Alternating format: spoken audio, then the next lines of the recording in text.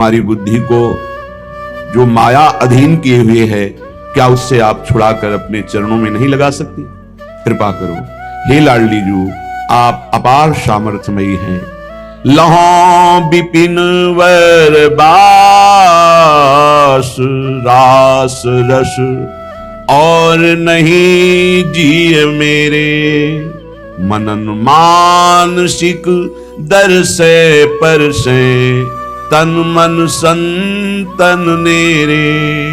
हे स्वामी जी, ऐसी कृपा करो कि मुझ अधम को अखंड वृंदावन वास मिल जाए। ये रास भूमि है, बिना आपकी कृपा के यहां वास असंभव है। इसलिए स्वामिनी मुझे वृंदावन का वास दो और सर्वश्रेष्ठ नित्य विहार रस का भजन। ये भजन बिना भगवत प्रेमी संतों के संग के नहीं होता, इसलिए तन मन संतन नेरे, मेरा तन भी संतों के समीप रहे और मेरा मन भी संतों की आज्ञा में रहे, तो मेरे मन में मानसिक सेवा आपकी प्रारंभ हो जाए। ऐसी कृपा कर दो। जुवती कदम्ब मुकुट मणि श्यामा, सुख धामा श्री राधे, यश रूप लाल हित शरण गहे की, लाज राख हरि बाधे, शरण गहे की लाज राखी हरि बाधे। हे प्रियाजू, समस्त ब्रज युवतियों के समूह की आप मुकुटमणि हैं, परम सुख धामा हैं। हे किशोरी जू, मैं आपकी शरण में हूं, आप अपने शरणागत की लाज का निर्वाह कीजिए। मेरे गुण अवगुणों की तरफ ना देखकर आप अपनी कृपा सामर्थ्य की तरफ देखिए, जो सामर्थ्य लालजू को अधीन किए हुए है। मेरे दूषित मन को अधीन कर लेना कौन सी बड़ी बात है। हे स्वामिनी जू, आप कृपा करो। उपासक जब तन मन से संतों का संग करता है तो उसे सिद्धांतों की प्राप्ति होती है। अगर सिद्धांत से नहीं चलता है तो सत्संगी नहीं है। सत्संगी और संसारिक में इतना ही अंतर है कि सांसारिक पुरुष की मन बुद्धि में जैसा आया वैसा कर बैठता है, और सत्संगी उसके मन बुद्धि में जब कोई बात आती है तो उसको प्रमाण खोजता है। ये गुरु आज्ञा के अंतर्गत है कि नहीं है, ये शास्त्र आज्ञा के अंतर्गत है कि नहीं है। अगर नहीं तो वो नहीं करेगा, है तो भी करेगा, तो फिर उसका अध्यात्म में प्रवेश हो जाएगा। इसीलिए कह रहे हैं यहां सिद्धांत कि प्रथम होई हरि कृपा, तब ही श्रद्धा उपजावे, साधु संग में प्रीति बढ़े, पुनि सद्गुण गावे। सबसे पहले हरि की कृपा हुई कि मनुष्य देह मिला। दूसरी कृपा हुई कि हमारी श्रद्धा भगवान और भगवान के भक्तों में हुई। ये भगवान की तरफ से मिली श्रद्धा है। इस श्रद्धा से जब हम संतों का संग किया, भगवत प्रेमी महाजनों का, तो उनके चरणों में हमारी श्रद्धा प्रीति बढ़ी, भगवान से भी अधिक। सातों सब मोहिमय जग देखा, मोते अधिक संत कर लेखा। बड़े श्रद्धावान भाग्यवान वो महत जन हैं जिनके हृदय में संतों के प्रति भगवंत से भी बढ़कर आदर है। बोले जब ऐसा संतों के प्रति आदर होता है तो उसमें भागवतिक सद्गुण प्रकाशित हो जाते हैं। भागवतिक सद्गुण से ही माया पर विजय प्राप्त की जाती है। माया जनित गुणों से माया पर विजय प्राप्त नहीं की जा सकती। भागवतिक सद्गुण भगवत प्रेमी महात्माओं के संग से आते हैं। जब किसी भगवत प्रेमी महात्मा को अपना प्रभु मान लिया जाता है, उनकी आज्ञा पालन की जाती है, तो भजन क्रिया जाने तब शब्द अर्थ पहचाने, होई अनर्थ निवृत्ति ज्ञान विज्ञान बखाने। जब संतों का संग किया जाता है तो भजन में प्रीति होती है पक्का। भजन न होई संग बिनु, भजन बिना नहीं प्रेम, छिनहु भजन न छाड़िए, धरिए ध्रुवया नेम। भजनानंदी भगवत प्रेमी महात्माओं के संग का जब रंग चढ़ेगा तो भजन में प्रीति होने लगती है। भजन क्रिया जाने, कैसे भजन होता है। निरंतर भजन करने के लिए एक प्रक्रिया बताई थी आप लोगों को, अगर याद हो, कि अपनी जबान का अग्रभाग ऊपर के दांतों के जोड़ पे ऐसे लगा के बंद कर लो। अब मंत्र चलाओ, नाम चलाओ, तुम्हारी मौन स्थिति रहने लगेगी और निरंतर मंत्राकार वृत्ति। पर यह अभ्यास से होगा, एक दिन में नहीं हो जाएगा। देखो ऊपर के जो दांत हैं उनके जोड़ में ऊपर मसूड़ों के पास अपनी जिह्वा का अग्रभाग मोड़ कर लगाइए। और ओठ बंद कर लीजिए। फिर नाम चलाइए। हवा जो श्वास बार बार आ जा रही उसकी ठसक में नाम मंत्र को उच्चारण कीजिए, जिससे भौरा गुनगुनाता है अंदर से। चल रहा है। इसको थोड़ा और जब ऊपर तालु के कर देते तो इसे खेचरी मुद्रा कहते हैं। इससे जो रस निकलता है वो बहुत पवित्र होता है, अंतःकरण को बहुत शीघ्र निष्पाप कर देता है। पर ये विषय पुरुष नहीं कर सकता, उब जाएगा थोड़ी देर में। अगर ये प्रक्रिया बनी रही तो आपको बोलने की हिम्मत नहीं रहेगी। कोई बात करेगा तो जहर जैसा लगेगा कि मंत्र छूट जाएगा अगर इससे बात करेंगे। प्रारंभिक दशा में बहुत निरंतर भजन करने के लिए ये प्रक्रिया हमारे काम आई। पूर्व में ये बहुत काम आई। तभी हमसे पूछा जाता था, तुम्हारे वाणी है, तुम बोल लेते हो? ऐसी स्थिति में रहते थे। यहाँ वृंदावन में जिस आश्रम में रहते थे 8 महीना हो गए होंगे किसी से राधे श्याम नहीं बोले थे। तो उन्होंने एक दिन कहा, महात्मा तुम बोल लेते हो, तुम्हारी जबान है? तो हम कहा जी। यहाँ किसी से आप राधे राधे नहीं करते, जरूरत नहीं। जब राधे से राधे राधे हो रही तो और राधे राधे क्या करना है?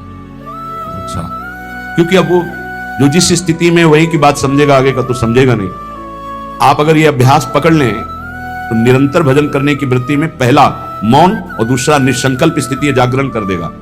और जो आपके अंदर अधिक मात्रा में रस निकलेगा जबान के नीचे से, इस प्रक्रिया से निकलता है। और ऊपर कर ले खेचरी मुद्रा में तो अमृत जैसा रस निकलता है, बहुत दिव्यता आती है। भूख प्यास पर विजय प्राप्त करने की सामर्थ्य इसी रस से आती है। ये यौगिक क्रिया है। ऐसे करके ये मुद्रा है। शांत, आंख खुली है, बंद, मंत्र चल रहा है। तो आप कर सकते हो। आप लोग किए, मंत्र चला रहे हैं, एकांत में इस क्रिया को करके देखना। भजन क्रिया जाने तब शब्द अर्थ पहचाने। ये आप साधारण मत समझना, जो आपको नाम मिला है, मंत्र मिला है, इसका अर्थ प्रकाशित होता है। इष्ट देव, जैसे जैसे आपका मंत्र चलेगा आपके हृदय में द्रवण क्रिया होगी। उस द्रवण क्रिया में सबसे बड़ी सावधानी है कि किसी से प्रियता ना होने पावे, नहीं हटा नहीं पाओगे। द्रवण क्रिया में यदि किसी से प्रियता हो गई तो छाप लग जाएगी। हृदय द्रवित होता है मंत्र जपने से, ध्यान रखना। उस समय किसी से भी अपनापन ना होने पावे। किसी से अपनापन हुआ तो इतने जोर का होगा कि उसे मिटाने के लिए फिर और डट के भजन करना पड़ेगा। हृदय में जब द्रवण क्रिया हो, ऐसा बावरापन चढ़े, तो उसे बिल्कुल बाहरी उदासी रखना चाहिए। किसी से प्रियता नहीं, तो सीधे इष्टाकार वृत्ति होती, सारे अनर्थों का नाश हो जाता है। जो पाप कराने वाली प्रवृत्ति है, वासना और जो पाप, दोनों का बोले होई अनर्थ निवृत्ति। जब साधु संग हुआ तो साधु संग से, गुरुजनों के प्रताप से भजन करने की पद्धति पता चली, कैसे भजन निरंतर किया जाता है। उससे हमारे हृदय में भजन का अर्थ प्रकट हुआ। उस अर्थ से सारे अनर्थ की निवृत्ति हो गई। पाप प्रवृत्ति, पाप, इनका नाश हो गया। तो बोले होई अनर्थ निवृत्ति। और जहां अनर्थ निवृत्ति हुई तो ज्ञान विज्ञान बखाने, अंदर ज्ञान जागृत हो गया। विज्ञान, जो ज्ञान हुआ उसका अनुभव हो गया। उसे थोथा ज्ञान नहीं, केवल वाणी वाला, अनुभव में आ गया, क्योंकि भजन है। ज्ञान विज्ञान बखाने।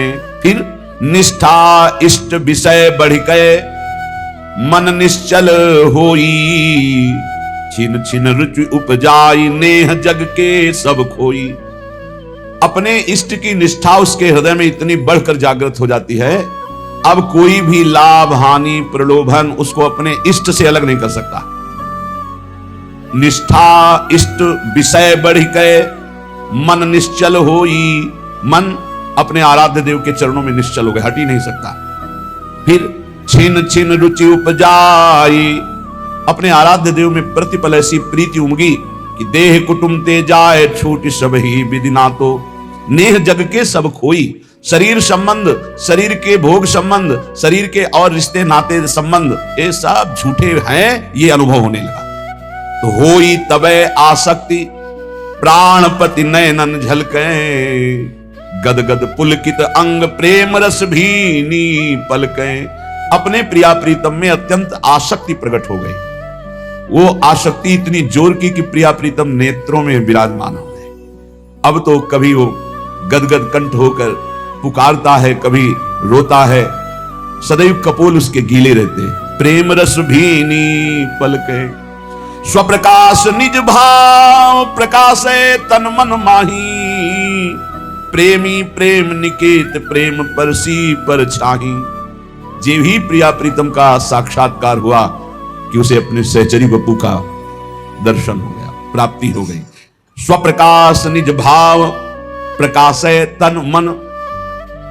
सहचरी भाव का मन मिल गया, सहचरी भाव का तन मिल गया, सहचरी भाव मिल गया। भाव देह और भाव मन दोनों की प्राप्ति हो गई। ये गुरु प्रदत्त भजन के प्रकाश से प्रेम निकेतन निकुंज महल में वो पहुंच गया और प्रिया प्रीतम की परछाई की तरह उनके साथ रहने लगा, शरीर रहते हुए। यह है गुरु प्रदत्त भजन का प्रभाव। अवतारी सब अवतारन यह नित्य बिहारी, श्री राधा वल्लभ लाल प्रगट लीला विस्तारी। यहीं से सब अवतार होते हैं। हमारे प्रभु राधा वल्लभ लाल बिहारी बिहारी जो नित्य विहार करते रहते, इन्हीं के अंश से ब्रह्मा विष्णु महेश, इन्हीं से सब अवतार प्रकट होते हैं। अवतारी सब अवतारन पर यह नित्य बिहारी, श्री राधा वल्लभ लाल प्रगट लीला विस्तारी। वृंदावन नवनिवृत्त निकुंज में सिंहासन पर विराजमान युगल सरकार इही विधि सिंहासन पर राजत। कैसे राज रहे? इही विधि कौन सी विधि? अनशन पर भुज दिए बिलोकत इंदु बदन बिबियोर, करत पान रस मत परस्पर लोचन त्रसित चकोर। नौ किशोरी नौ किशोर गलबैयां दिए हुए एक दूसरे को देख रहे। इही विधि सिंहासन पर राजत रूप निहारे, गौर श्याम अभिराम कोटि मनमथ लखिवारे। ऐसे सुंदर हमारे प्रिया प्रीतम हैं कि करोड़ों काम की छवि न्योछावर है। अब करोड़ों काम की छवि तो कह दी गई और आपने सुन ली। एक काम पूरे त्रिभुवन को बिना प्रकट हुए अपने अधीन किए है। अगर प्रकट हो जाए तो इतना सुंदर है कि त्रिभुवन में काम से सुंदर कोई है ही नहीं। काम और रति से बढ़कर कोई सुंदर नहीं। तभी भगवान को कोटि मनमथ मनमथा, करोड़ करोड़ कामों के मन का भी मंथन करने वाला कहा गया है। तो गौर श्याम अभिराम कोटि मनमथ लखिवारे। ऐसी ये जुगल जोड़ी सिंहासन पर विराजमान, परस्पर एक दूसरे के नेत्रों में चंद्र चकोर की भांति सखियां कह रही करोड़ों काम न्योछावर हैं इनकी रूप माधुरी में। वो भाव देह प्राप्त महापुरुष इनका अवलोकन कर रहा है। नव किशोर सुकुमार अंग छवि कहत न आवे, कोटि शारदा थके भाव अनुभव कछु गावे। कह रहे कि अगर करोड़ों सरस्वती हो तो भी हमारे प्रिया प्रीतम की रूप माधुरी छवि शोभा का वर्णन नहीं कर सकती। वो भावदेह प्राप्त उपासक देख रहा है कि सिंहासनारूढ़ परस्पर चंद्र चकोर नेत्र भय शोभाभिराम श्यामा श्याम विराजमान। नव निकुंज अभिराम श्याम संग नीको बन्यो समाज, जैसी हित हरिवंश विलास रास जुत जोरी अविचल राजू। अब प्रिया प्रीतम को रिझाने के लिए सखियां नृत्यति गावत पटति उघट संगीत सुनावे, सहचरी ताल मृदंग बीन रसलीन बजावे।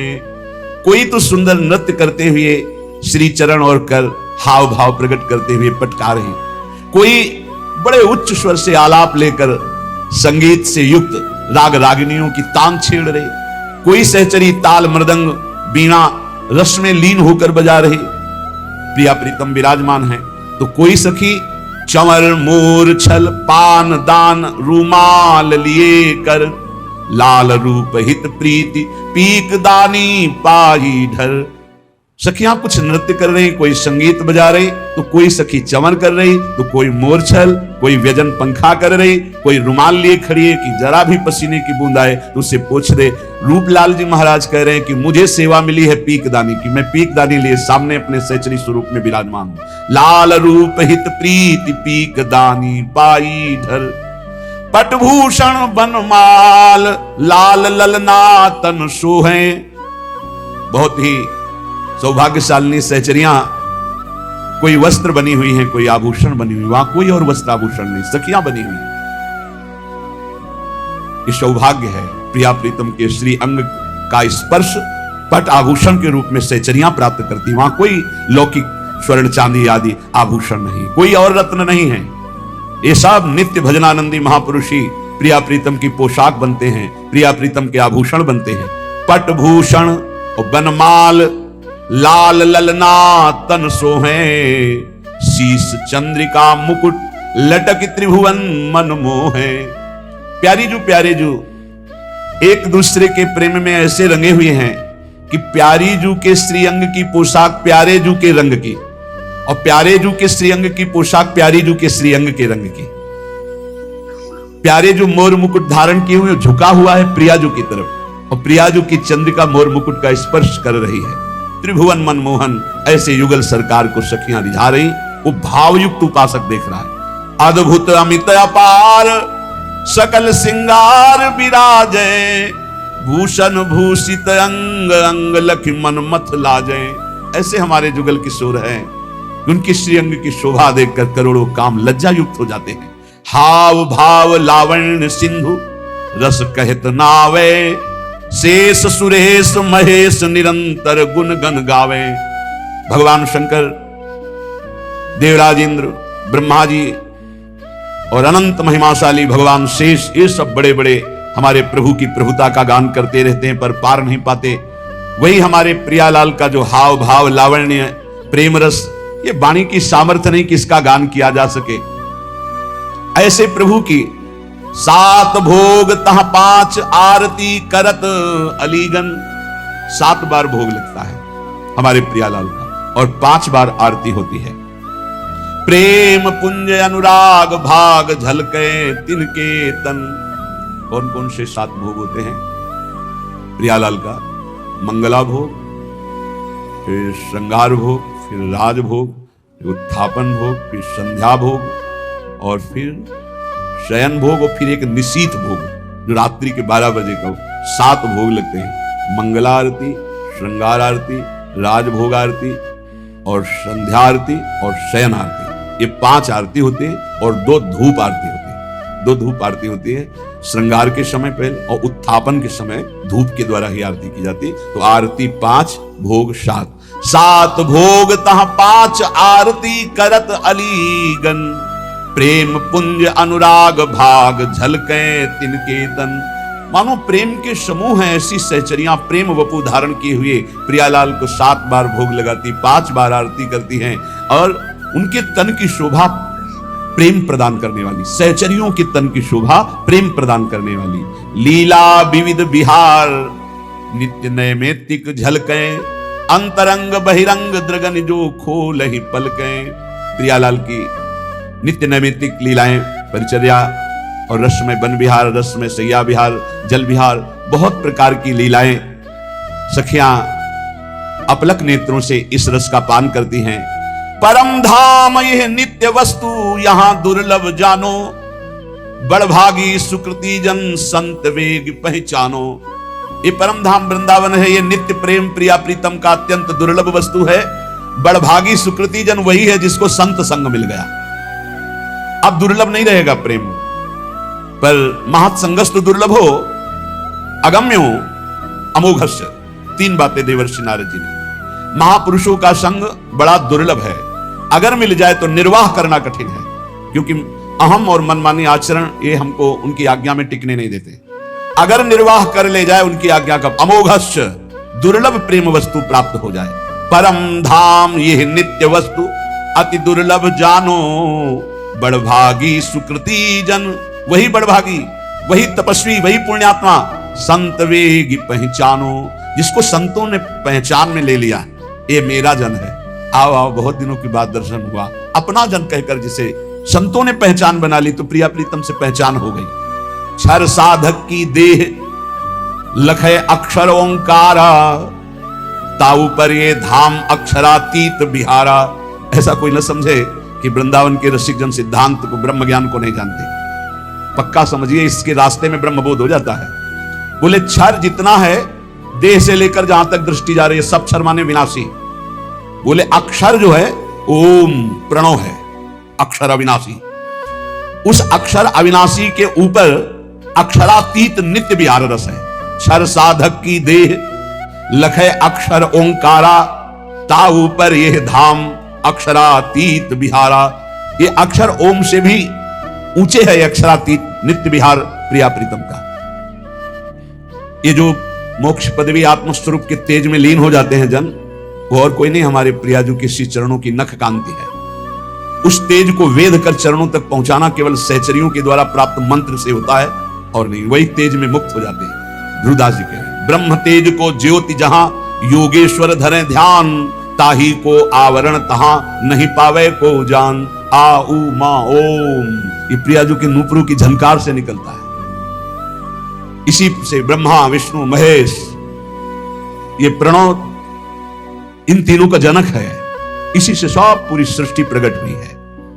या ते अगम अपार रसिक अनुभव में देखें, जीवन मुक्त स्वरूप प्राणपति हित चित लेखें। रसिक जन अक्षरातीत स्थिति में, प्रणव के भी ऊपर अक्षरातीत प्रेम रस धाम, बोले वो जीवन मुक्त महापुरुष अपने प्राणपति के रूप में युगल सरकार का अनुभव करते हैं। अक्षर मध्य अकार आ, ये विष्णु है प्रगट दिखायो। ये भगवान विष्णु का स्वरूप जो है वो आ से प्रकट हुआ। प्रथम उपासना करे तहाते और न पायो, सबसे पहले उपासना इन्हीं की प्रारंभ होती है, जो प्रगट जगत में पालन करने वाले भगवान विष्णु नारायण हरि के नाम से संबोधन किए गए। शिव विधि सुख शनकादि आदि ऋषि नारद जान्यो, आचार्य भय प्रगट दियो त्रिभुवन पहचान्यो। भगवान शंकर इसी प्रणों से सुख शनकादि आदि जितने भी ये ऋषि भगवत स्वरूप हैं, इन्होंने यही अनुभव किया है। प्रथम एक ओंकार अकार तहा निज सेवय। कोई समझता हो ये प्रेमी जन वृंदावन के क्या जाने ओंकार अकाल पुरुष को, नहीं नहीं, सत्य में जब चित्त जुड़ता है तो पूरा का पूरा अनुभव होता है। हर वेदांत का सूत्र अनुभव होता है, भले वो ना बोल पावे लेकिन उनको अनुभव होता है। ये मार्ग ही यही है। प्रथम एक ओंकार, जो परम तत्व त्रिभुवन को प्रकाशित करने वाला प्रणव, जिससे निराकार स्थिति प्राप्त की जाती है, प्रेमी जन उसको क्रॉस करके आगे बढ़ते हैं। नित्य विहार रस, उसके ऊपर द्विदल कमल रसिकन चित भेवे, दो कमल विराजमान है, एक नील कमल और एक कंचन कमल, प्रियालाल। इन्हीं से अवतार, जितने अवतार होते हैं इनके मूल श्री लालजू महाराज, इन्हीं के अंश से सब प्रकट होते हैं। जो यह विदिशो करे चिंतवन मन तन माही, जीवन मुक्त स्वरूप प्रेम पर से पर छाही। देखो श्री जी की कृपा से अपने को प्रणों का भी चिंतन करने का अवसर मिला, वेदांत का भी चिंतन का। तब बाद में जो है राधा राधा चिल्ला रहे हैं ना, ये कोई हम कई बार कह चुके हैं कि केवल कोई अंधविश्वास या कोरी भावना से नहीं करते, ये तत्व की बात कह रहे हैं। ये परंपरा विद्या है राधा नाम। पीछे आज के ही दिन एक संगीत बजाने आए थे इसमें मंगला में प्रातःकालीन, आज उनको आना था, उनमें से एक पधार गए, नरक नहीं जाएंगे। महाराज जी क्यों, उसको तो कोई भजन से मतलब नहीं, वो तो पैसा लेके आया था। लेकिन कहां आया था? वृंदावन। बार बार मुख करके बजा रहा था, हमारी तरफ सुनाई क्या दे रहा था, पीछे चलता रहता है राधा राधा, आगे गूंजता रहता है राधा राधा राधा। काफी है कल्याण के लिए, काफी है। पैसा कोई कीमत नहीं, एक राधा नाम की कीमत में पूरा त्रिभुवन नहीं है तो कुछ चंद रुपए क्या होते हैं, हो गया काम। इसीलिए कहते हैं भाई, भगवान न जाने कौन से गुण पर दयानिधि रिझ जाते हैं। हवा चली, हवा जिसके लगेगी जीवन मुक्त हो जाएगा, पक्का समझ लो। हवा चली, बस इसमें नकारात्मक सोच ना आ जाए, दोष दर्शन की भावना ना जाए, तो इतनी हवा लग जाने पर ही ये जीवन मुक्त अवस्था को प्रदान। ये वृंदावन है, ये राधा नाम है, ये राधा दासों का उत्सव है, भाव उत्सव है, परम मंगल। कैसे भगवान कृपा करते, जब सुना तो लगता है भगवान कैसे कृपा, एक हफ्ते में काम। तो बोले यह विदिशो जो करे चिंतवन मन तन माही, जीवन मुक्त स्वरूप प्रेम पर से पर छाही। देश काल गृह बन तीर्थ को नहीं विचारा, जाति पाति कुल कर्म धर्म बंधन ना आचारा।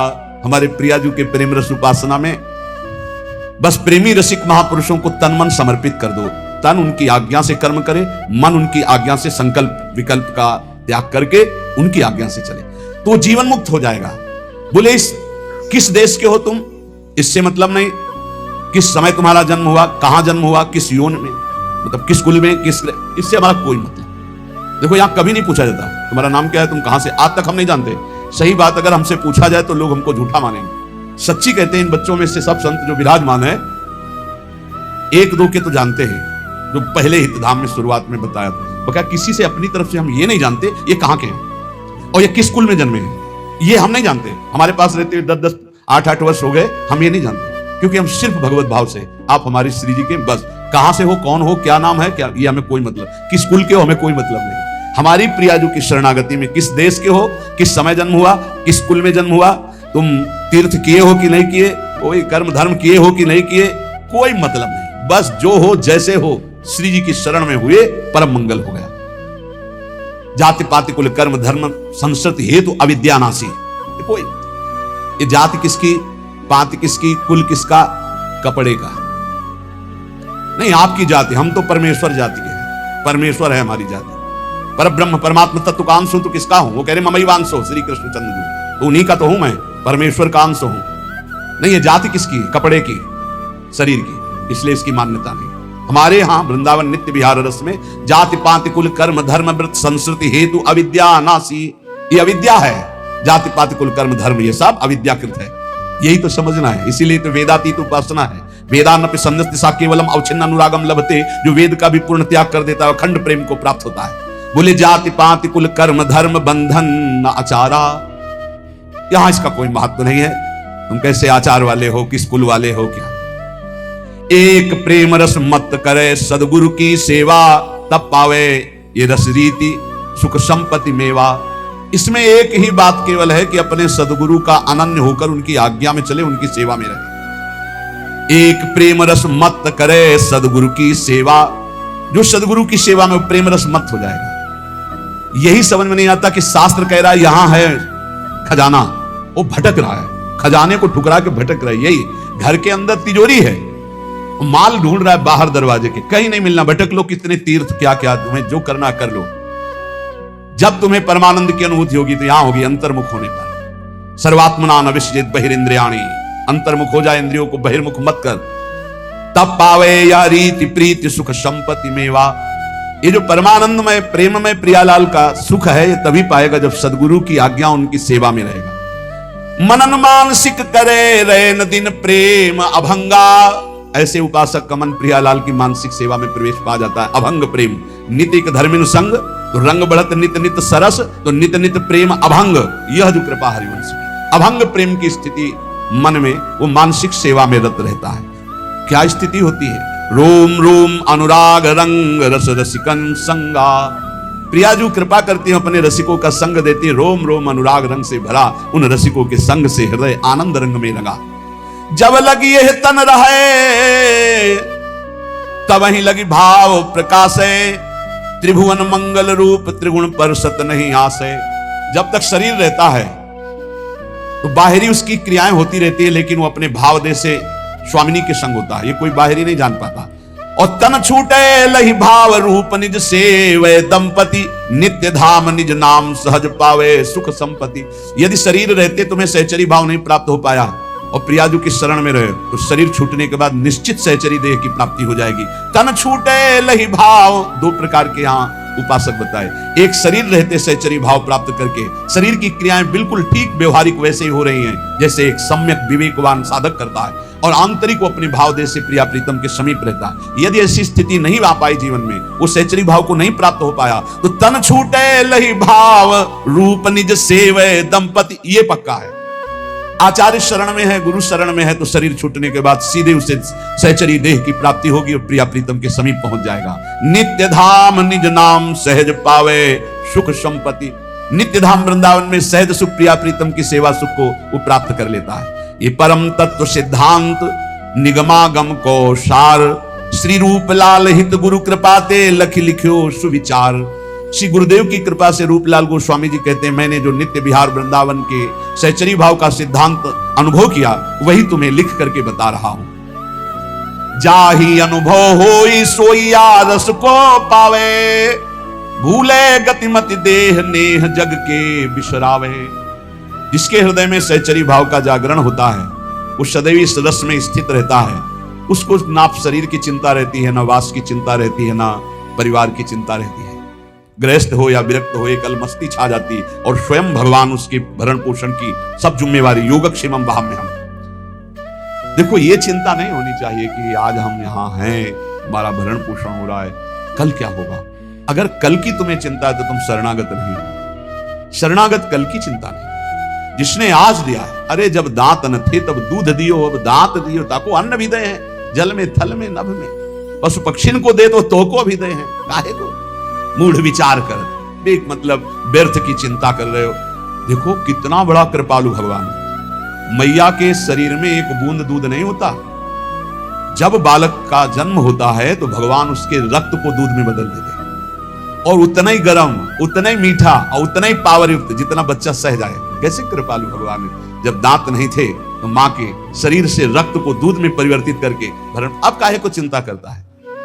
गर्भ में कौन व्यवस्था कर रहा था, वही तो भरण पोषण कर रहे थे प्रभु।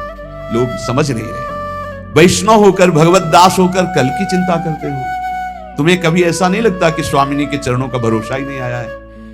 हरे नरक स्वर्ग अपवर्ग आस नहीं त्रास है, जा राखोता रहो मान सुखरास। ये जीवन प्रिया जी को दिया है। नाम रूप का निरंतर चिंतन करते हुए प्रियालाल जहां जैसे रखे। शरणागति का बहुत बड़ा बल होता है। अभी शरणागति नहीं हुई, इसीलिए बहुत सी त्रुटियां हृदय में अपना स्थान बनाए रहती हैं। जाही अनुभव होई सोईया रस को पावे, भूले गतिमति देह नेह जग के बिसरावे। सांसारिक संबंध फीके लगने लगते, ये मृत शरीर दिखाई देने लगता है, मरा हुआ है। बस जब तक ये चल रहा नहीं, पहले ही वो मरा हुआ अनुभव में आ जाता है। रसिक उपासक संग करे, छिन छिन रुचि बाढ़ है। ये बहुत कठिन है रसिकों का संग। अगर रसिक संग में छिन छिन रुचि बढ़े तो ये दशा आ जाएगी। सुनत नाम गुण रूप पुलक गदगद तन का है। नाम सुनते ही, रूप सुनते ही, लीला चरित्र सुनते ही रोमांच होने लगे। मेरे प्रियालाल की बात हुई। ये रसिकों के संग से प्राप्त होता है प्रेम। रे मन रसिकन संग बिन रंचना उपजय प्रेम।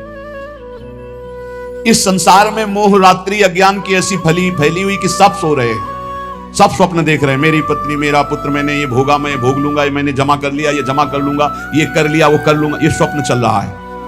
निशा तिमिर अज्ञान मध्य कोई एक जागे। अरबों खरबों सब मनुष्य शरीर है, सब सो रहे हैं। मोह निशा सब सोव निहारा, देखे स्वप्न अनेक प्रकारा। ये अनेक प्रकार का स्वप्न देख। कोई बिरला एक जगता है। क्या जगता है?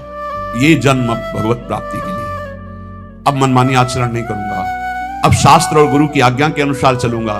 तो विरह उपास विशास प्राणपति सो अनुराग है। उसके अंदर विरह, उपासना का फल क्या है? विरहाग्नि जग जाना, प्रियाजू के मिलन की, प्रियालाल के मिलन की, प्राणपति श्री जुगल सरकार के मिलन की विरहाग्नि जल जाना। कैसे मिलेंगे, कैसे उनको देख पाऊं? वो देख पावे या न देख पावे, हर समय वो विकल रहता है। कैसे देखूं? कब मिली है प्रिय प्राणनाथ मनमोहन प्यारो। ये वेदना देखो ना, हृदय में क्या तुम्हारे चल रहा है? ये वेदना चलती है। कब मिली है प्रिय प्राणनाथ मनमोहन प्यारो, ललित त्रिभंगी रंगी प्यारो गुनगन गारो। कब मुझे लालजू मिलेंगे जो ललित त्रिभंगी समस्त गुणों के समुद्र हैं, बड़े प्यारे हैं, अद्भुत लावण्य हैं। कब मिलेंगे हमारी प्यारी जू? कब मिलेंगे? ये कभी अंदर की बात, अंदर चले तो छिन छिन जुगल किशोर रूप अनुभव, अवगाहे चाह विरह उपजाए कामना मन की दाहे।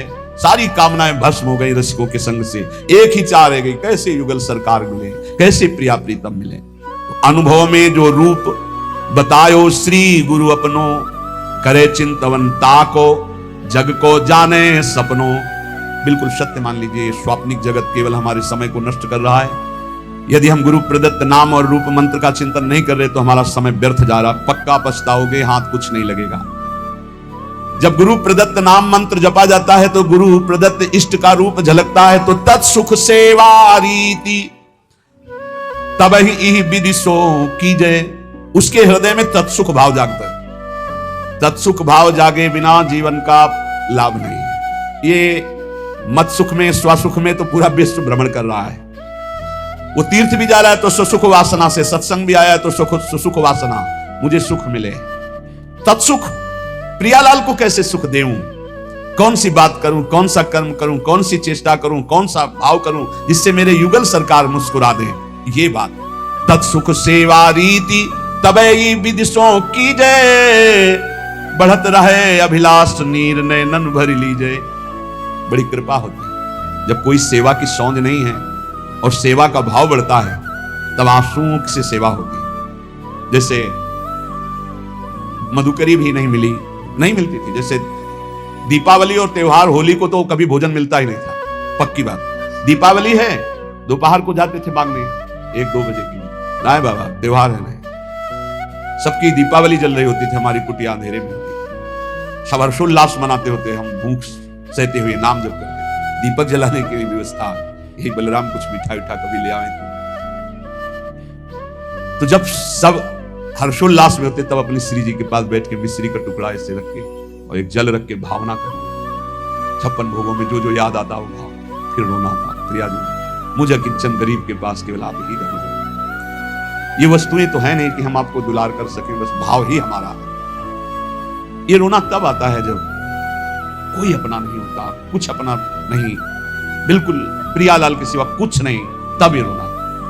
शयन में जो सुख मिलता था प्रियालाल को कराने में, बिहारी जी के सामने डलियां लगती हैं, दर्शन करके शयन के समय से जब तो कोई 2 फूल गुलाब के, कोई 4 राय बेल के ऐसे डाल देते, कोई एक कमल का डाल देते, वो लेके आते और उनकी शैया बनाते। और जब भावना करते कि प्रियालाल शयन कर रहे हैं, हम चरण चाहते, तो आपको कैसे बताएं, चिल्ला चिल्ला के रोने का मन होता। आनंद समुद्र है हमारे प्रभु, वो केवल भावोत्सवेन भजता, भाव का भूखा हूं मैं और भाव ही एक सार है। भाव से मुझको भजे तो भाव से बेड़ा पार है। भाव बिन सुनी पुकारे मैं कभी सुनता नहीं, भाव पूरित टेर ही करती मुझे लाचार है। वो भाव तत्सुख सेवा रीति तबही विदिशों की जय, बढ़त रहे अभिलाष नीर नयनन भर लीजिए। कभी हमने अपनी प्रियालाल की पोशाक नहीं पहना पाए, कभी ऐसे ही विराजमान, ऐसे ही रज के पात्र में जो मधुकरी मिली दिखा दिया। उस समय जो भाव आता रुदन का, ये अपने प्रभु को मैं कुछ भोग नहीं लगा सकता, अपने प्रभु का कोई श्रृंगार नहीं कर सकता। हर चीज पैसे से, इत्र है, चंदन है, सब पैसे, और पैसा विषयी पुरुषों के संग से, और विषयी पुरुषों को रिझाने की कला अलग होती है। अपने पास वो नहीं है, अपने पास तो प्रियालाल के रिझाने की कला है, तो फिर वो ठसक बनी रहती, उसमें चाटुकारिता नहीं होती विषयी पुरुषों की। कब देखो इन नैन प्राणपति प्यारी संगा, लगी रहे चित चाह प्रेम पुलकित अंग अंगा। ये हृदय में स्थिति प्राप्त होती है।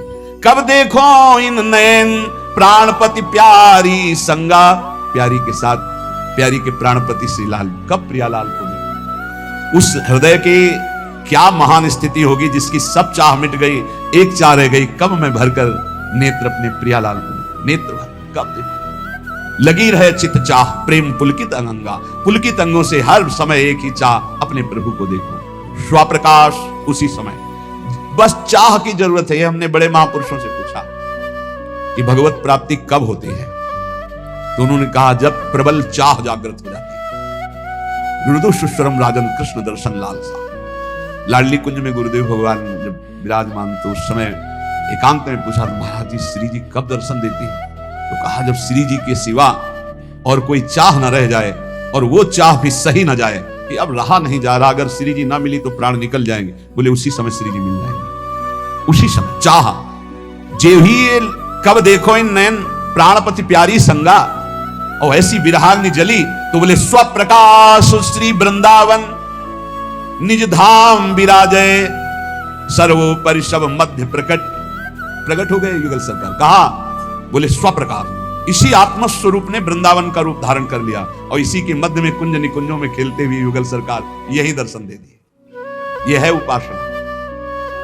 स्वप्रकाश जो स्वरूप, उसी से प्रकाश प्रकट हुआ, वही वृंदावन बन गया, और उसी वृंदावन नवनिवृत्त निकुंज में प्रियालाल यही हृदय में। पूर्ण प्रेम पूर्ण ऐश्वर्य ये सब तहां प्रकाश है, यही पूर्ण प्रेम, यही पूर्ण वैभव हृदय में प्रकाशित हो गया। ये अवतारी सबको या निश्चल विविध विलास है, समस्त अवतारों के अवतारी श्री राधा वल्लभ लाल हृदय निकुंज में प्रकाशित हो गए। रूपशील गुण वै समान वै सहचरी सेवै, जैसे प्रियाजू की रूप कांति वैसे ही प्रतिबिंब स्वरूप सहचरी रूप, वैसे ही गुण, वैसे ही अवस्था, वैसे ही समान श्री अंग माधुरी सहचरी होकर के अलग लड़ी लड़कान जान हित सो हित भेवे।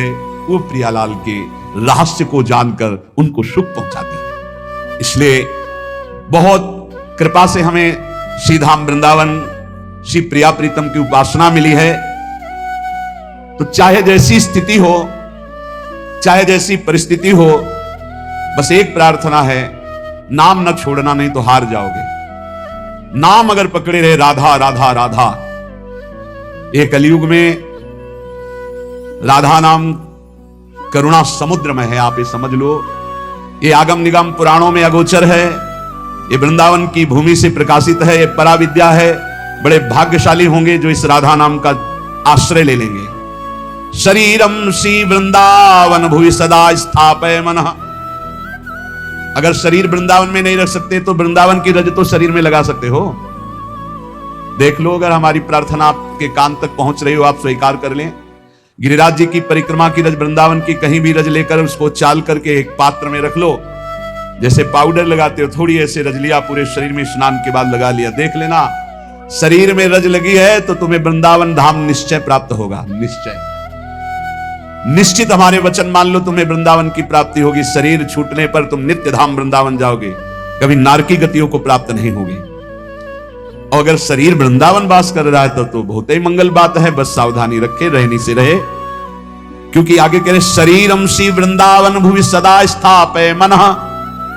मन भी वृंदावन में स्थापित करो। तन तो स्थापित किया भी। एक हमसे प्रश्न किए कि मैं वृंदावन जब आता हूं, वृंदावन 2-4-10 दिन रहता हूं तो मेरे मन में दोष दर्शन होने लगता है। बाहर रहता हूं तो रोना आता है वृंदावन के लिए, मैं करूं तो क्या करूं? तुम का बाहर रहो, यहां मत रहो, आओ एक दिन दर्शन करो, भाग जाओ यहां से, क्योंकि तुम्हारे अंदर अभी क्षमता नहीं, भाव बिगड़ जाता है। तो यहां रहकर भाव बिगाड़ोगे तो सब बिगड़ जाएगा। बाहर रहकर अगर वृंदावन का चिंतन करके आंसू बहते हैं तो धन्य भाग है। श्री वृंदावन को चिंतवन यह दीप उर्बारी, कोटि जन्म के अगतम ही काट करे उजियार। कभी कभी आ गए, दर्शन कर गए, सत्संग सुन गए, और रोज मोबाइल से सत्संग सुना, नाम जप किया, और वृंदावन का चिंतन करके अगर रोना आ जाए फिर क्या कहना? ये उत्तम है। वृंदावन में रहकर तुम दोष दर्शन करो, एक दूसरे के प्रति निंदा अपराध करो तो मुझे लगता है यहां भाव घटे, इससे अच्छा है तुम दूर रहकर अपने भाव बढ़ाओ। स्थापय मनः, वृंदावन में ही मन स्थापित करो। अब वृंदावन में दोष दर्शन करोगे, अपराध करोगे, वैष्णव द्रोह करोगे, ठीक बात नहीं। वो कह रहा था मेरा भाव बाहर से बहुत बढ़िया बनता है, भावोत्सवेन भजता हूं। अगर भाव बढ़िया बनता है तो भाव बनाओ, जब भाव ठीक हो जाएगा तो धाम आओगे तो यहाँ कुछ दोष दर्शन नहीं। ये सब भगवत लाडले हैं यहाँ ब्रज में, ये सब प्रियालाल के लाडले हैं। जो ज्यादा दुलारे होते हैं तो थोड़ा, तो वो बात तुम देखो कि लाडली जो के दुलारे हैं, ये लाडले हैं, हमारा अधिकार इन पर दोष दर्शन करने का नहीं। सदा पार्श्वे वृंदावन रसिकयोर्न्यस्य भजने, वचस्तत् केली नाम नवरत गाने, रमयत कथा पीयूषादौ श्रवण युगलम प्रीति विकलम। यदि तुम श्रीमद चतुराशी जी 42 लीला, श्रीमद राधा सुधानिधि, इनका गान करो, बहुत महिमा है जिसमें प्रियाजू का यश गान तो लालजू सुन करके अपने आप को न्यौछावर कर देते हैं। यदि लीला गायन में तुम्हारी रुचि हो जाए, नाम जपने में तुम्हारी रुचि हो जाए, और लीला सत्संग सुनने में तुम्हारी रुचि हो जाए, तो श्रीपाद कह रहे हैं अब तुम निश्चिंत हो जाओ प्रीति विकलम के लिए।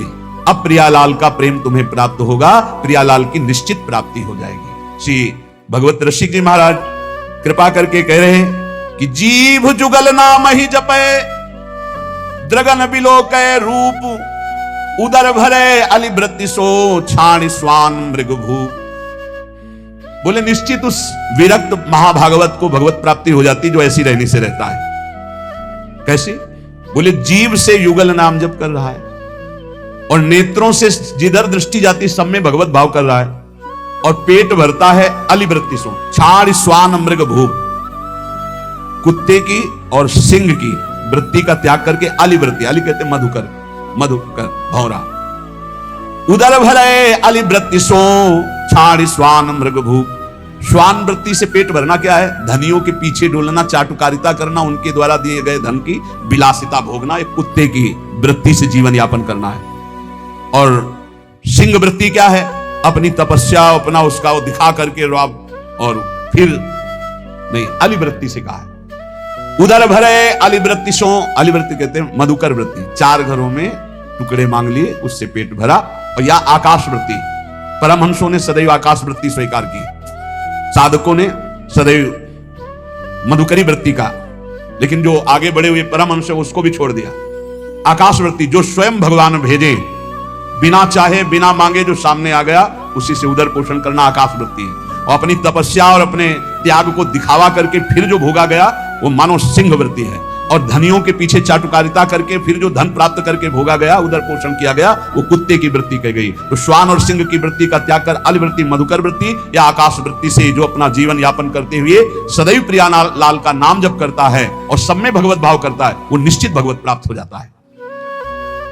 उपासक को चाहिए जो वैष्णव दीक्षा ले चुका है कि ब्याह कनागत कारटो राजदान गृहदान भगवत जनेन को गहे तो होए भजन की हानि। ब्याह शादियों में भोजन नहीं पाना चाहिए।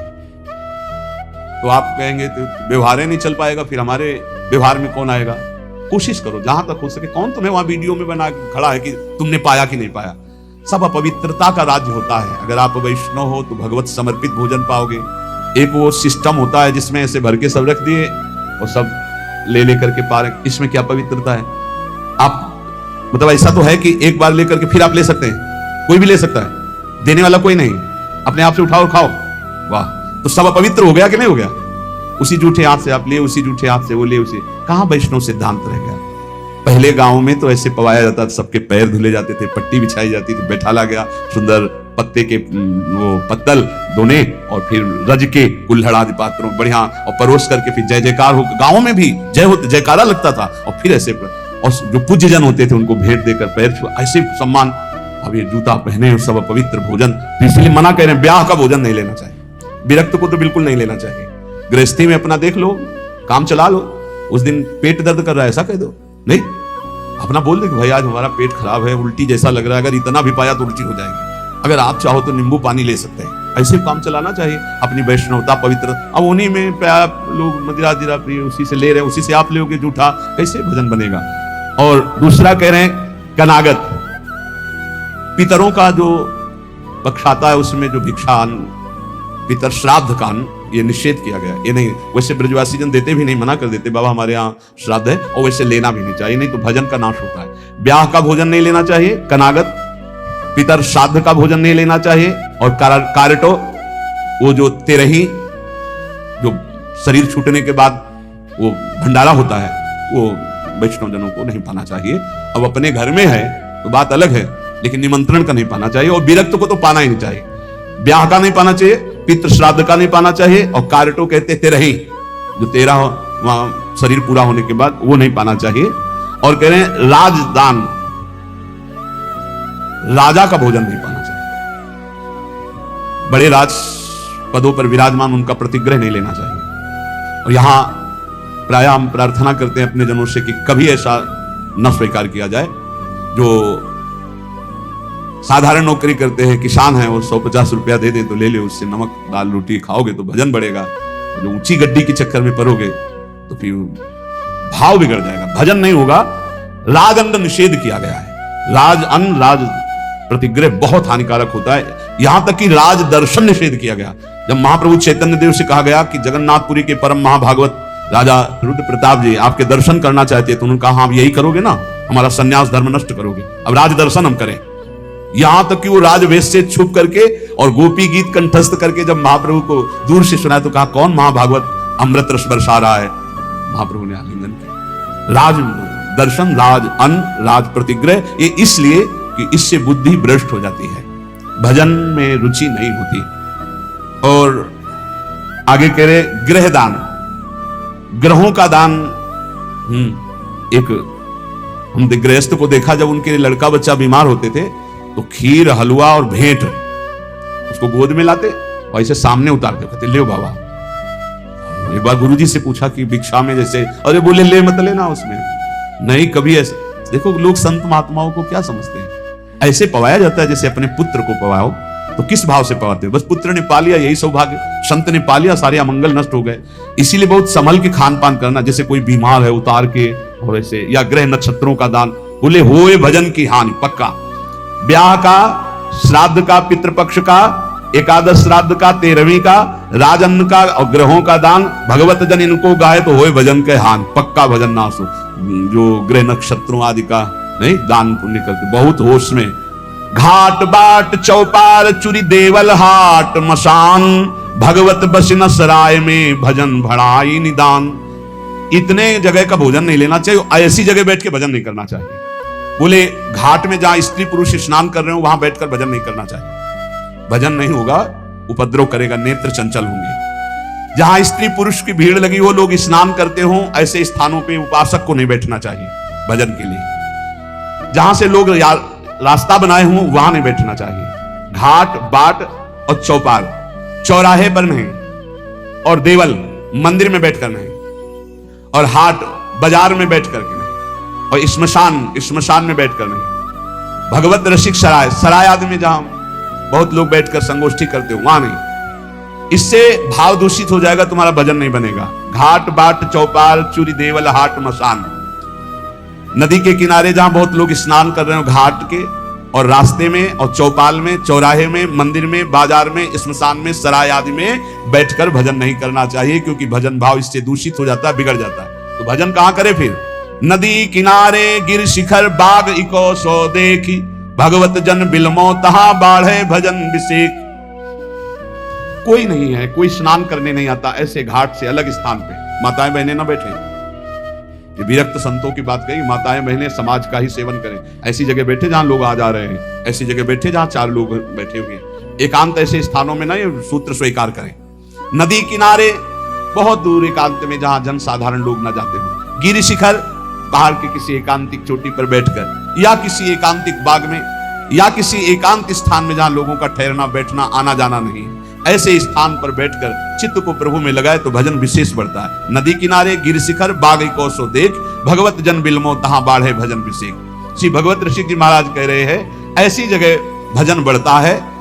और सबसे ज्यादा भजन की वृत्ति आती है भगवान के प्रेमी जनों के संग में बैठकर। एक बार कि गौशाला में भजन करे तो इतना संगम में करे, फिर लिखा था गुरु चरणों के समीप भजन करे तो अनंत गुना फल मिलता है। तो गुरु चरणों की समीपता का क्या मतलब है? अपने गुरुदेव की पादुका, अपने गुरुदेव की आपने श्री सीताराम ओंकारनाथ जी को देखा, छाती में बांधे थे अपने गुरु जी की पादुका। ये निरंतर गुरु का सानिध्य है। गुरु चरण पादुका साक्षात गुरु जी। जब भरत जी ने कहा कि प्रभु हम सब तो आए हैं आपका अभिषेक करने के लिए, आप जैसी आज्ञा करें, तो भगवान ने कहा भरत जैसा तुम कह दोगे।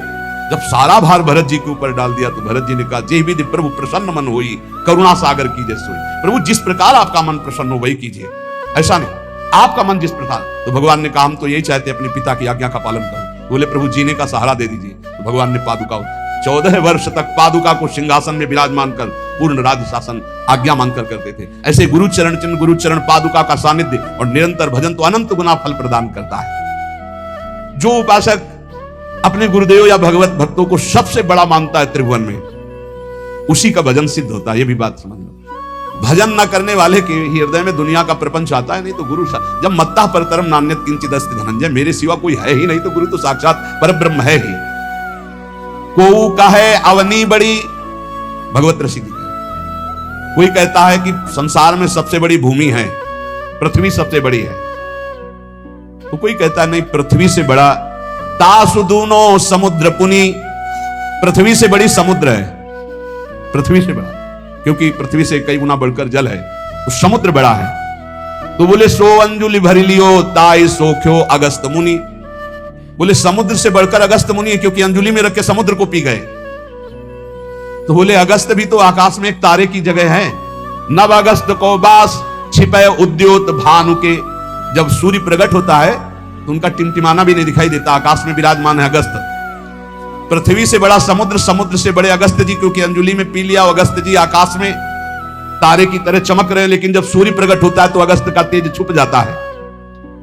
और वेदों में कहे हुए सूत्र है कि जो सूर्य है, भानु वेदियों कहा है चक्षु है चक्रपाण के, सुदर्शन चक्रधारी भगवान श्री हरि के नेत्र के प्रकाश से सूर्य प्रकाशित है। तो भगवान के नेत्र सूर्य से बढ़कर प्रकाशवान हुए। और ऐसे भगवान चक्रपाणी हरिजन के हृदय कमल कीन्हो निवास, भगवान कहते हैं मुझे भक्तों ने अधीन कर लिया है, आम भक्त पराधीनो असुतंत्र यदि। ऐसे भगवान भक्त के अधीन है तो सबसे बड़े हुए भक्त। पृथ्वी से बड़ा समुद्र, समुद्र से बड़े अगस्त्य जी आकाश में, और अगस्त्य जी भी भानु के तेज से मंद पड़ जाते हैं, और भानु का तेज भी भगवान के नेत्र से प्रकाशित। तो भगवान श्री हरि भक्तों के अधीन है, भक्तों के हृदय में रहते, इसलिए सर्वश्रेष्ठ भक्त। जो भक्तों को सर्वश्रेष्ठ मानता है, गुरु को सर्वश्रेष्ठ मानता है, उसके हृदय के सारे दोष नष्ट हो जाते हैं और निश्चित वो भगवत प्राप्त हो जाता है। संतों ने कृपा करके हमें भगवत उपदेश किए हैं जिससे हमारे सारे दोष नष्ट हो जाए। कह रहे हैं कि इस संसार में कैसे जाना जाए कि आदमी नरक जाएगा, अपने को कैसे जाना जाए कि हम नरक जाएंगे। बोले विश्वासघातिनो ये च कृतज्ञाव्रत लोपिनः द्विज देवेषु विदृष्टा शांतयन्ते धराम नराः। जिसने किसी को विश्वास दिलाया और विश्वासघात कर दिया उसको नरक की प्राप्ति होगी। विश्वासघाती महापापी माना जाता है, कभी विश्वासघात न करे। कोई शरण में आ जाए या किसी को वचन दे दे या किसी को विश्वास दे दे फिर विश्वासघात करे, उसको नरक की प्राप्ति होती है। दूसरा, कृतज्ञ, तुम्हारे साथ उपकार किया, तुमने उपकार नहीं माना, उसका अमंगल किया, नरक की प्राप्ति होगी। तीसरा, आज से मैं ये करूंगा ऐसा व्रत लिया और व्रत तोड़ दिया बीच में, उसको नरक की प्राप्ति होगी। ये खिलवाड़ नहीं है कि मैं ये व्रत लूंगा, ये ऐसा करूंगा, मैं ऐसा धाम जाऊंगा, ये इतने लोगों को भोजन कराऊंगा। ये कई लोग ऐसे होते हैं जो बड़ी बड़ी बातें कह देते हैं, उनको पता नहीं कि ये खिलवाड़ नहीं है। ऐसा कर दूंगा, ऐसा कर दूंगा, ऐसा कर दूंगा, और किया कुछ नहीं, पहुंच गए नरक। व्रत का उल्लंघन करने वाले, प्रतिज्ञा का उल्लंघन करने वाले, नियम का उल्लंघन करने वाले नरक को प्राप्त होते हैं। मैं इतनी परिक्रमा करूंगा, मैं ऐसा करूं, कुछ भी नहीं। कोई नियम को ऐसे मत लो कि मैं ये करूंगा। ए प्रभु की इच्छा होगी, समय रहा, जीवन रहा तो हो जाएगा, नहीं रहा, सामय के मर गए तो। ये बात ध्यान रखिए, आगे चलकर मैं सन्यास लूंगा, विरक्त होकर वृंदावन वास करो, नरक जाओगे अगर नहीं विरक्त हुए। मैं इतना यहां मंदिर बनवा दूंगा, नहीं बनवाया नरक जाओगे। वचन संभाल के बोलो, आज से मैं कुछ दिन व्रत रहूंगा। बकवास करना बंद कर दे तो जीवन उन्नति में हो जाता है। शाम का भोजन नहीं करूंगा, एकांत भजन करूंगा, नहीं भोजन मत करना, लेकिन सेवा करो, भजन करो। समझे? वाणी को ऐसे बिखेरते चले जाते हैं। व्रत का उल्लंघन करने वाला नारकी गति को प्राप्त होता है। संतों से द्वेष करने वाला, गुरु से द्वेष करने वाला, ये नरक को प्राप्त होते हैं। और ध्यान से सुनो, जो माता पिता को दंडित करता है, गाली देता है, अपमान करता है, उसे सीधे नरक की प्राप्ति होती है। बिल्कुल पक्का समझ लो। माता पिता भगवान का स्वरूप है। मातृदेवो भव, पितृदेवो भव। बिल्कुल बुद्धि खराब मत करो, कलयुग बुद्धि भ्रष्ट कर रहा है। माने मात पिता नहीं देवा साधुन ते करवावे सेवा, जिनके ये आचरण भवानी ते निश्चर समझानो। राक्षस है, और ऐसे राक्षस अब पुत्र रूप में ज्यादा पैदा हो रहे हैं। एक देखा हूं कि माता को बाल पकड़ के घसीट रहा है, लात से पेट में प्रहार कर रहा है, पिता को थप्पड़ और सीधे छाती पे लात। वाह, इस पुत्र के जानते हो क्या गति होगी? सीधे रो नरक। फिर वहां जो दंड मिलता है, वहां मरना तो है नहीं प्यारे, ना बेहोश हो सकते हो ना मर सकते हो, होश में रहकर दंड भोगना है। नरक की ये खासियत है। 100 बार काटे जाओगे, 100 बार जिंदा रहोगे, उसे यातना देह कहते हैं। होश में ये मत मानना कि नरक वरक नहीं है। जैसे लोग कहते जा रहे हैं कौन नरक सरक, बोल लो बोल लो। जब फंसते हो ना, बोले यही सब मिलता है, यही नहीं मिलता है। जब चोरी करोगे तो पहले घर से लेके थाने तक डंडा चलेगा, फिर थाने में स्पेशल पिटाई होगी, फिर कपड़े वपड़े संभाल के तुम्हारे हथकड़ी लगा के जज के सामने, फिर वहां तुम्हारी चोरी का न्याय होगा। ये ब्याज में मिला है। ये ब्याज में घर से लेकर पकड़ने तक और थाने तक जो पिटाई हुई, ये ब्याज है। मूल तो न्यायाधीश करेगा कि 20 साल की सजा या मुफ्त इतना इतना दंड। ऐसे ही कर लो मनमानी पाप। यहां जो ठोकर और रोग हैं, ये तो ब्याज है, मूल तो नरक में भोगना पड़ेगा। जो माता पिता का त्याग कर देता है उसे नरक की प्राप्ति होती है। जो माता पिता को दंड देता है, जो माता पिता को गाली देता है, और जो अपनी पाणी ग्रहण की हुई स्त्री को, निर्दोष स्त्री नाना प्रकार के दोषारोपण करके दंड देता रहता है, कलह मचाता रहता है, ऐसे पुरुष को नरक की प्राप्ति। और जो अपने सज्जन पति का त्याग कर पर पुरुष का अनुसरण करती, ऐसी स्त्री को नरक की प्राप्ति होती है। जो गुरुजनों को कठोर वचन बोलते हैं, जो गुरुजनों का आदेश का पालन नहीं करते, उनका पोषण नहीं करते, जो देवता ब्राह्मण और निर्बलों का धन का अपहरण कर लेते हैं, ऐसे मनुष्यों को नरक की प्राप्ति होती है। जो मदिरा पान करते हैं, सुन लीजिए, ये चे मध्य रता पापा द्वित कर्म रतास तथा। हमारा शास्त्र कहता है भारतवासी हो, विदेशी नहीं हो तुम, इस भूमि में जन्मे हो, यदि मदिरा पियोगे तो नरक का रास्ता पक्का कर रहे हो। बोले इसमें तो कोई हिंसा नहीं, लेकिन शास्त्र निषेध है।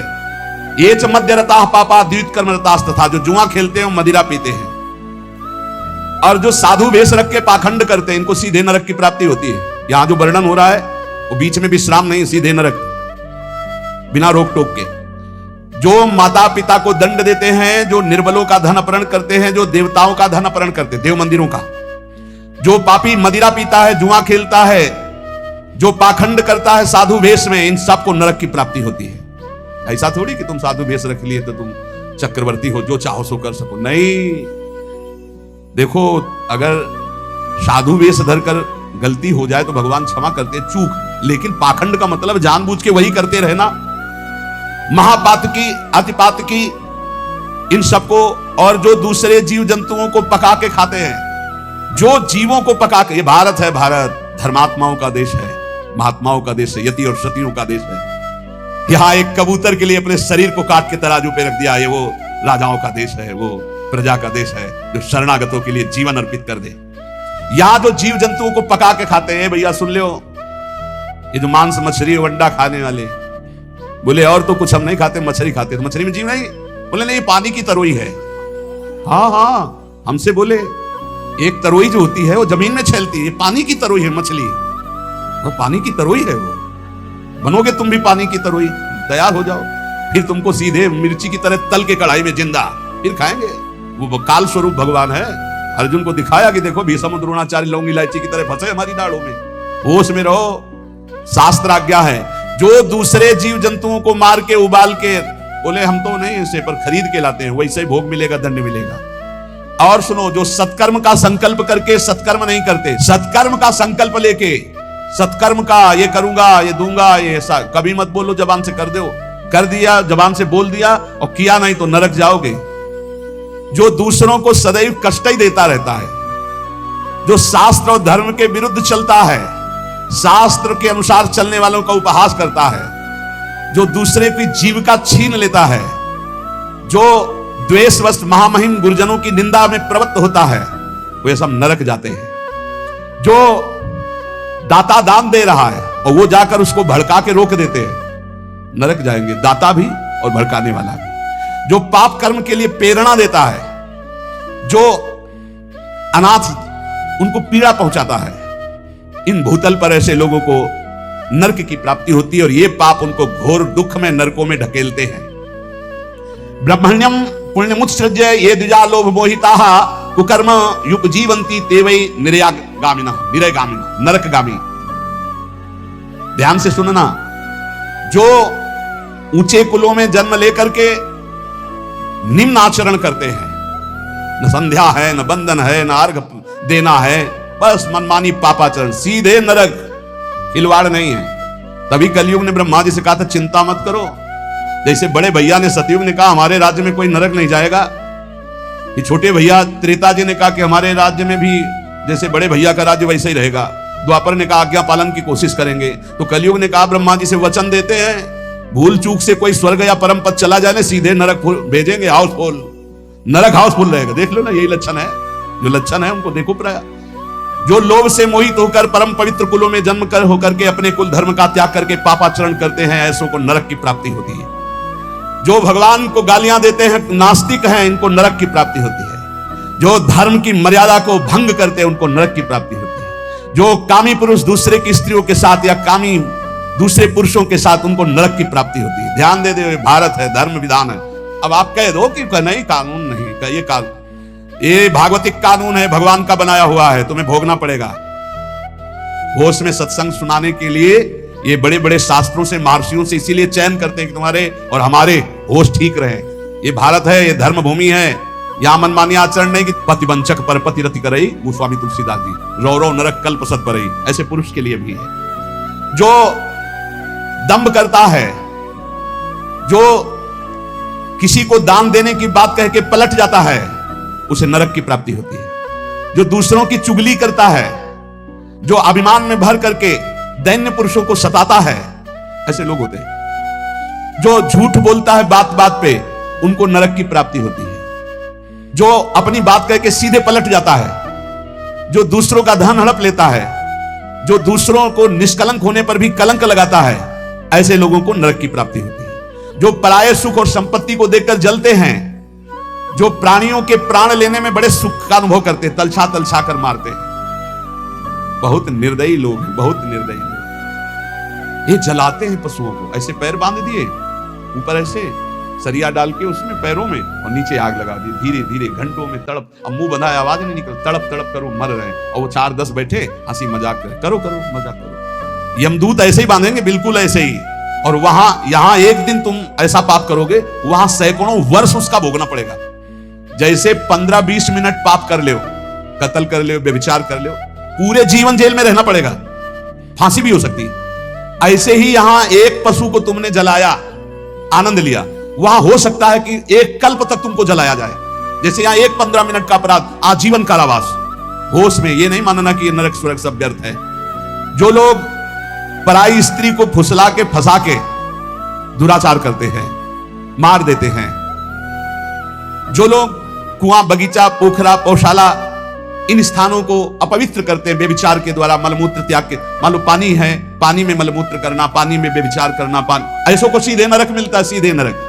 पोखरे में, कुएं में, बगीचे में जो अपवित्र आचरण करते हैं, उनको नरक की प्राप्ति होती है। जो देव स्थानों में दी गई जमीन संपत्ति को हड़प लेते हैं, जो बच्चों को चुरा लेते हैं, शिशु बच्चों को चुरा कर बेचना, या जो अतिथि को भोजन दिए बिना स्वयं भोजन कर लेते हैं, ऐसे लोगों को नरक की प्राप्ति होती है। जो सन्यास का संकल्प लेकर फिर सन्यास आश्रम को कलंकित करते हैं, जो मित्र भाव करके दगा दे देते हैं, ऐसे जितने पुरुष बताए गए, ये सब के सब नरकगामी होते हैं। इसलिए हम श्री भगवान का आश्रय लेकर नाम जप करते हुए सुधार करें, हमको नरक न जाना पड़े, इसी जन्म में हमारी भगवत प्राप्ति हो जाए, निश्चित हो जाएगी नाम जप से। और ये संकल्प लो, अब लो नसानी, अब ना नसई हो, तो भगवान कृपा करके माफ कर देंगे। हम तो हम सर्वपापेभ्यो मोक्षयिष्यामि मा शुचः। श्री राधा वल्लभ लाल की।